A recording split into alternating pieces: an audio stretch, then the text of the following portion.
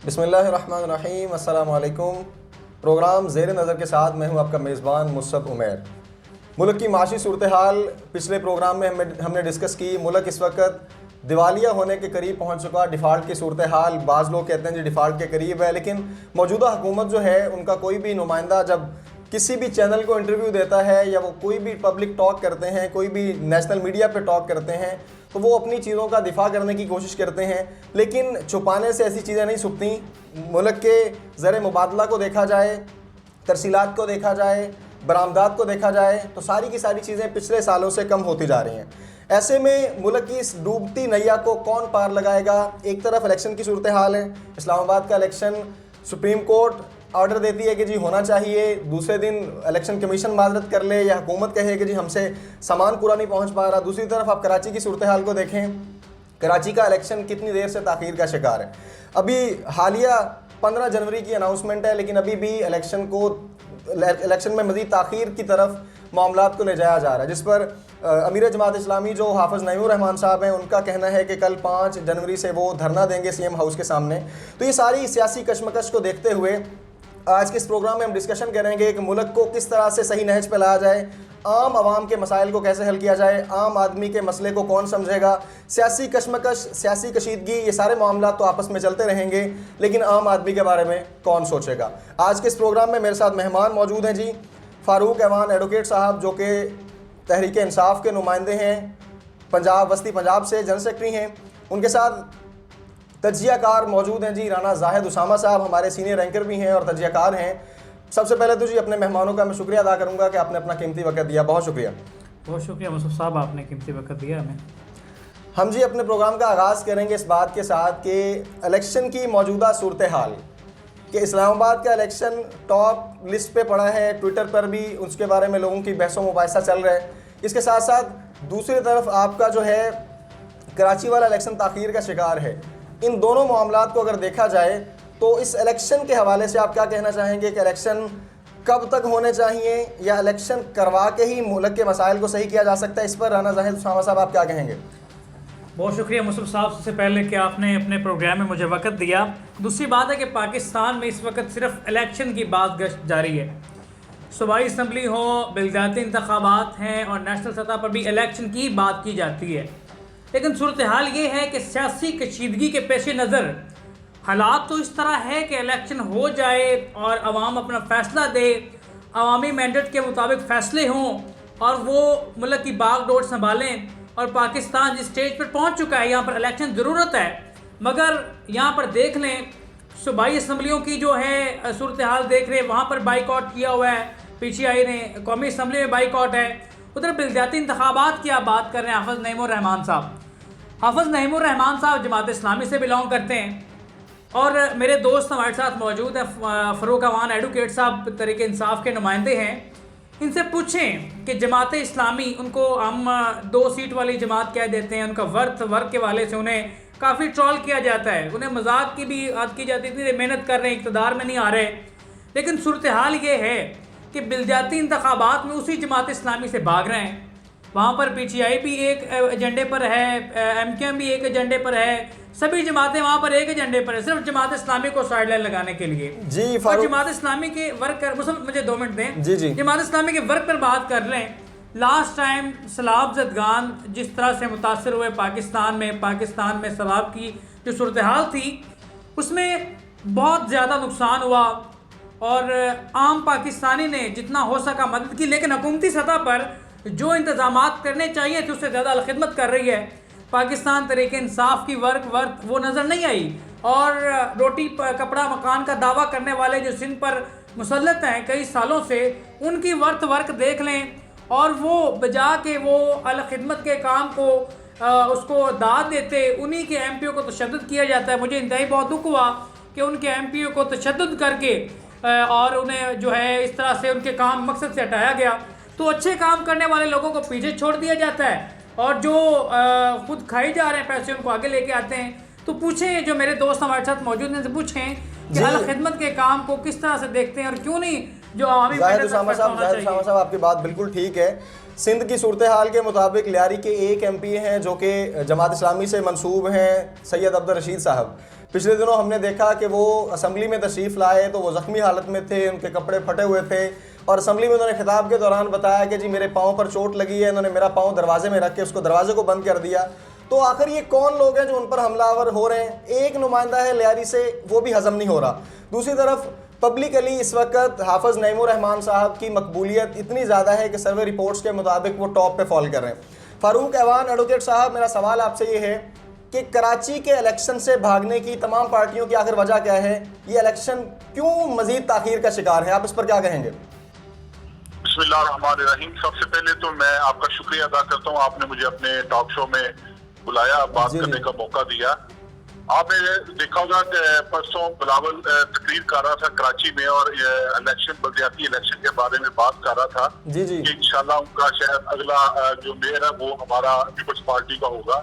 लेकिन किसी ने उनसे ये नहीं पूछा कि बिलावल आपकी पार्टी के कितने उम्मीदवार हैं जो यूनियन कौंसिल में हिस्सा ले रहे हैं।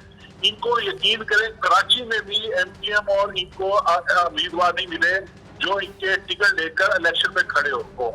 ये इतने खौफजदा है इस वक्त पाकिस्तान तहरीक-ए-इंसाफ से, इमरान खान की मकबूलियत से। ये सूबाई या जनरल इलेक्शन करवाना दूर की बात, ये तो बलदियाती इलेक्शन से भाग रहे हैं। लेकिन फारूक ऐवान एडवोकेट साहब, आपकी बात बिल्कुल ठीक है। आप कहते हैं जी ये खौफजदा हैं, लेकिन उस खौफजदगी में कहीं ना कहीं मुझे लगता है कि तहरीक इंसाफ भी शामिल है। उस इलेक्शन की डिमांड करने वाली तो सिर्फ जमात इस्लामी नजर आ रही है, आप उस पर क्या कहेंगे? नहीं, ऐसी कोई बात नहीं है। पाकिस्तान तहरीक इंसाफ की तैयारी बिल्कुल मुकम्मल है। उसके उम्मीदवार तकरीबन 95% जो परसेंट अपने सीटों पर वो खड़े हैं, वो उन्होंने अपनी कैंपेन भरपूर तरीके से चला रहे हैं। अगर इलेक्शन ये जो डेट 15 जनवरी दी जा रही है, 15 जनवरी के हवाले से हाफिज़ नईमुर रहमान साहब की स्टेटमेंट सामने आई है कि अगर ये दोबारा ताख़ीर करेंगे इसमें तो हम 5 जनवरी से धरना देंगे। क्या तहरीक इंसाफ का भी कोई ऐसा मौक़िफ़ है कि अगर इलेक्शन में मज़ीद ताख़ीर हुई तो हम कोई रिएक्ट करेंगे? देखिए, हम जरूर हिकमत अमली बनाएंगे। हम तो इलेक्शन में जाना चाह रहे हैं। हमारा तो इस वक्त ये मुतालबा है कि पाकिस्तान में इलेक्शन कराए जाए और हम इलेक्शन से कभी नहीं भागेंगे। हम तो अवाम के साथ जाना चाह रहे हैं। हमें पता है अवाम हमारे साथ खड़ी है, हमें वोट देने के लिए बेताब है। तो हमें बिल्कुल, अगर इन्होंने ऐसा कोई हथकंडा इस्तेमाल किया या इन्होंने इलेक्शन लेट करवाए तो हम एहतजाज करने का जो पूरा हमारा हक है हम महफूज रखते हैं और हम अपनी हिकमत अमली बनाएंगे, हमारे लीडरान बैठेंगे और इसके खिलाफ हम जाएंगे। क्या मुस्तकबिल में ऐसा भी हो सकता है कि आप जमात इस्लामी के हाफिज़ नईमुर रहमान साहब के साथ कोई इत्तेहाद करें या कोई आप मिल के एक ऐसी स्ट्रेटजी बनाएं जिसमें पाकिस्तान के सबसे बड़े शहर कराची के मसाइल को हल किया जा सके? देखिए, जमात इस्लामी क्या कराची में वजूद सबको पता है। सियासी तौर पर वो यहाँ पे हमेशा वो कामयाब रही है। उनका एक दफा मेयर बन चुका है। लेकिन मेरा नहीं ख्याल, हम पाकिस्तान तहरीक इंसाफ अब चारों की मकबूल जमात है। हमारा अपना वोट बैंक है। हम इंशाल्लाह अपने जो हमारे उम्मीदवार हैं उन्हीं के साथ इलेक्शन लड़ेंगे और इंशाल्लाह कराची का जो मेयर होगा वो पाकिस्तान तहरीक इंसाफ से होगा। और जैसा कि आपने अभी भी देखा, इस्लामाबाद में जो फेडरल हुकूमत कर रही है, इनको तो वहाँ पे 80% में सीटों पर तो इनको उम्मीदवार नहीं मिला मुस्लिम लीग नून को, जहाँ पर इनकी हुकूमत है। हम तो वहाँ पे भी जो इन्होंने हथकंडा इस्तेमाल किया अदालतों को, इन्होंने जिस तरह बाईपास। लेकिन सर, इस्लामाबाद वाले इलेक्शन के हवाले से आप बात कर रहे हैं, हमें तो ये भी रिपोर्ट्स मिली हैं कि मेयरशिप के इलेक्शन के लिए इस्लामाबाद में नून लीग या तहरीक इंसाफ को दोनों तरफ कोई मुअस्सर जो है कैंडिडेट नजर नहीं आया जिसको वो मेयरशिप के इलेक्शन में उतार सकें। नहीं, ऐसी कोई बात नहीं है भाई साहब। खुद देखिए ना, इलेक्शन से भाग कौन रहा है, राह फरार कौन इख्तियार कर रहा है। हमारे लोग तो वहाँ पे खड़े हैं। हम तो 31 को भी जो ये दिन इन्होंने इलेक्शन के लिए हुक्म दिया अदालतों ने, हमारे लोग अपने कैंपों में खड़े थे। लेकिन इलेक्शन कमीशन नजर नहीं आया हमारे पास। हमारे पास तो लाइन लगी हुई है उम्मीदवार की, मेयर की, और जिसपे खान साहब हाथ रखेंगे, जिसपे पार्टी हाथ रखेगी, वो मेयर इस्लामाबाद होगा। ऐसी कोई बात नहीं है। बिल्कुल ठीक है सर, आपका पॉइंट आ गया। अच्छा जी, मैं बात करूंगा जी, पिछली पूरी 75 साल तारीख को हम देखें तो असल सियासी पार्टियों का हक होता है कि वो वोट लेकर अवाम के मैंडेट के मुताबिक वो मुंतखब हों तो उनको आज़ादाना तौर पर हुकूमत करने दी जाए। लेकिन 75 साल दौर में हमने एक भी वज़ीर आज़म मुल्क की तारीख में नहीं देखा जिसने अपना दौर मुकम्मल किया हो। उसामा साहब, आपसे पूछूंगा मैं कि क्या सियासी जमातों का वजूद इसीलिए होता है कि वो अवाम से राय शुमारी के साथ, वोट के साथ हुकूमत में आए और उसके बाद वो खुद देखें कि हमने अब कैसे चलना है? मुस्तफ़ा साहब, सबसे पहले मैं एक बात करूंगा। देखें, तमाम सियासी जमातों के जो एजेंडे हैं ना, अपनी लड़ाई में आवाम को भूल जाते हैं। इसी वजह से तमाम सियासी जमातें अगर एक पेज पर जमा हो, एक पेज का मतलब ये है कि अवामी मसाइल पर बात करें।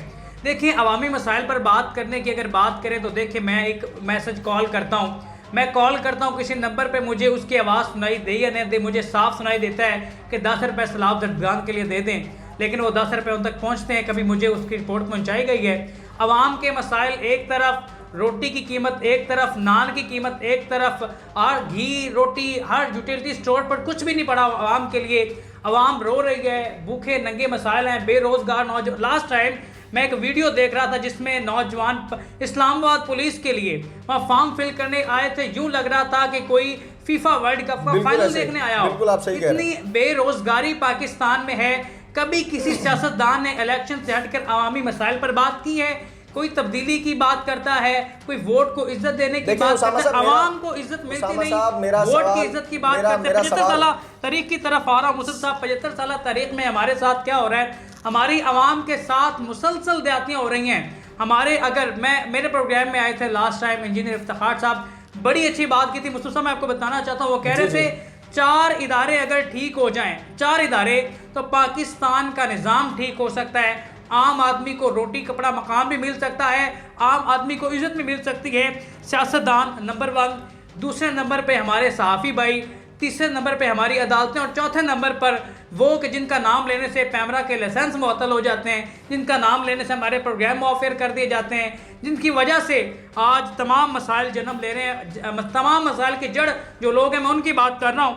लेकिन देखिए, 75 साल गुजरने के बावजूद हमारे हालात ठीक क्यों नहीं हुए? आज बांग्लादेश हमसे आगे निकल गया, आज चाइना पूरी दुनिया पे छाया हुआ, तमाम ममालिक, हत्ता कि कल की बात अभी तक अच्छी तरह से मुस्तहकम नहीं हुए। अफगान तालिबान हमसे अच्छी मुआशी पॉलिसी के साथ खड़े हैं। तो हमारे सियासतदान जब आवाम के साथ मुखलिस नहीं होंगे, तो इसी तरह से कोई वज़ीर आज़म, मेरी बात लिख लें, आज मेरी बात लिख लें कि कोई वज़ीर आज़म 5 साल पूरे नहीं कर सकता जब तक आवाम के साथ ये मुखलिस नहीं होंगे। बिल्कुल ठीक है जी। असल मसला यही है कि जो सियासी जमातें हैं उनमें सियासी तौर पर वैसे फुकदान का शिकार हैं।